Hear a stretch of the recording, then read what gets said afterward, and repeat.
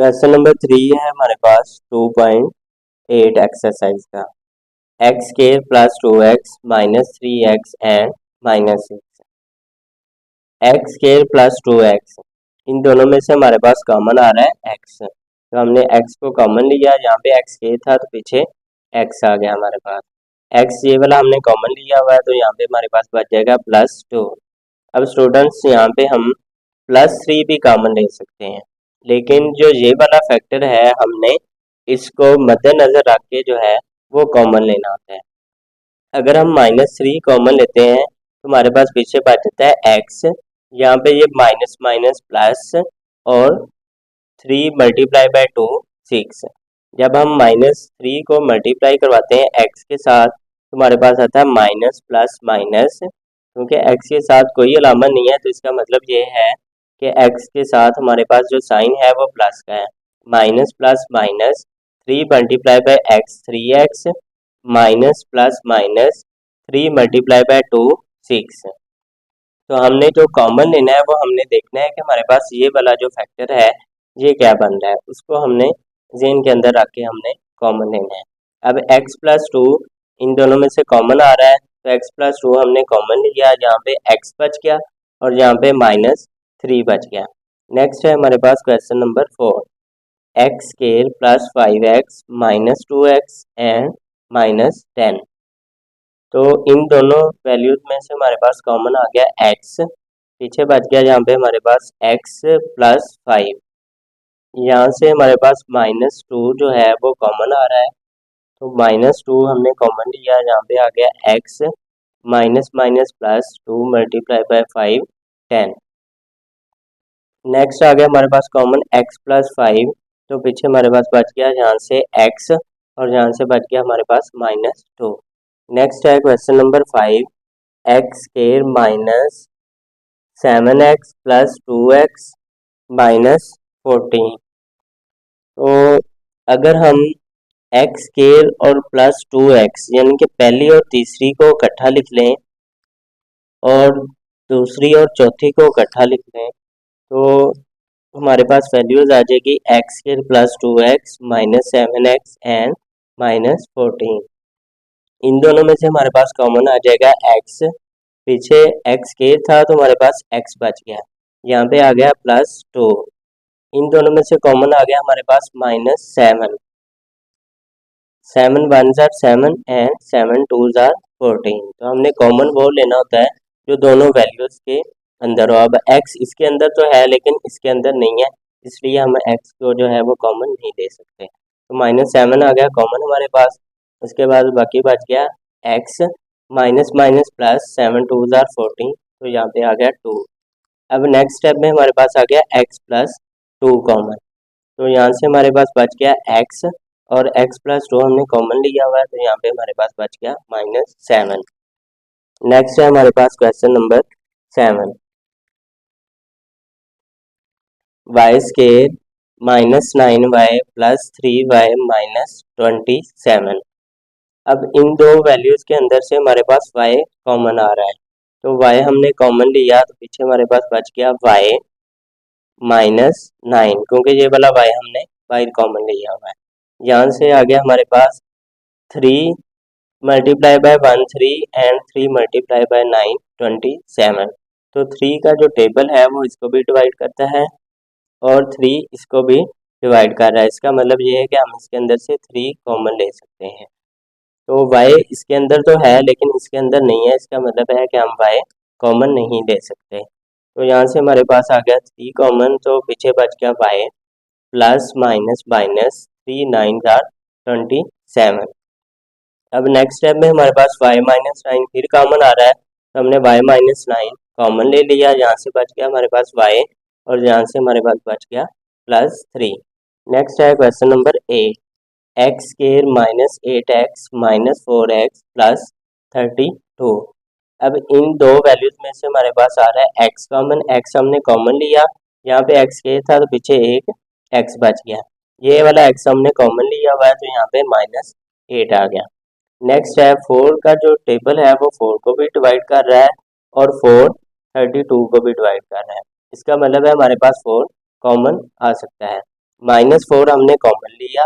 अब हम स्टूडेंट्स यहाँ से +4 भी कॉमन ले सकते हैं। अगर +4 लेंगे तो हमारे पास माइनस का x बचेगा और प्लस का हमारे पास 8 बचेगा। तो प्लस का 8 और माइनस का x ये वाला इस फैक्टर के इक्वल नहीं है, लिहाजा हमने कॉमन इस तरह लेना है कि ये वाला फैक्टर और ये वाला सेम बन जाए ताकि हम एक और कॉमन ले सके अगले स्टेप में। तो इसलिए हम जो है -4 कॉमन ले रहे हैं। जब हम -4 कॉमन लेंगे तो हमारे पास बच जाएगा प्लस का x। जब हम इनको मल्टीप्लाई करवाएंगे तो minus plus minus -4x again हमारे पास आ जाएगा। नेक्स्ट है माइनस प्लस माइनस 4 8 आर 32। तो जब हम अगेन इनको मल्टीप्लाई करवाएंगे माइनस माइनस प्लस 4 8 आर 32 हमारे पास वही आंसर आ रहा है। तो नेक्स्ट स्टेप में हम x -8 कॉमन लेंगे। x -8 कॉमन लिया तो इस वैल्यू से हमारे पास आ गया x और इस वैल्यू से हमारे पास आ गया -4। नेक्स्ट है हमारे पास क्वेश्चन नंबर 9। क्वेश्चन नंबर 9 है x के -7x -5x प्लस 35। x के -7x में से हमारे पास कॉमन आ रहा है x।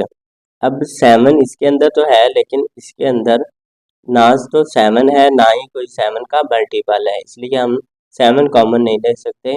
कॉमन हमने वो लेना होता है जो दोनों वैल्यूज के अंदर मौजूद। अब x जो है वो हमारे पास कॉमन आ गया, x के था यहाँ पे तो हमारे पास बाकी बच गया x। नेक्स्ट है माइनस, यहाँ पे ये वाला x हमने कॉमन लिया हुआ है तो यहाँ पे हमारे पास बच गया -7। अब 5 multiply by 1 5 and 5 multiply by 7 35। तो 5 का मल्टीपल जो है वो 5 भी बन रहा है और 5 का मल्टीपल जो है वो 35 से भी हमारे पास 7 आ रहा है। इसका मतलब है कि हम 5 कॉमन ले सकते हैं। तो -5 हमने इसलिए कॉमन लिया है कि ये वाला फैक्टर और ये वाला फैक्टर जो है हमारे पास सेम आ जाए ताकि हम एक स्टेप में फिर कॉमन ले सकें। अदरवाइज हम प्लस का भी 5 कॉमन ले सकते हैं। तो माइनस का 5 कॉमन लिया, यहाँ पे हमारे पास बच गया x। ये माइनस प्लस माइनस 5 7 आर 35। अब फिर हमने x -7 कॉमन लिया तो हमारे पास यहाँ से वैल्यू बच गई x, यहाँ से हमारे पास -5 बच गया। नेक्स्ट है क्वेश्चन नंबर 10। x के -13x -2x प्लस 26। अब इन दोनों में से हमारे पास x कॉमन आ गया तो यहाँ पे x ये था, पीछे x बच गया। -13 आ गया, ये वाला x हमने कॉमन लिया हुआ है। ये 2 multiply bye 1 and 2 multiply bye 13 26।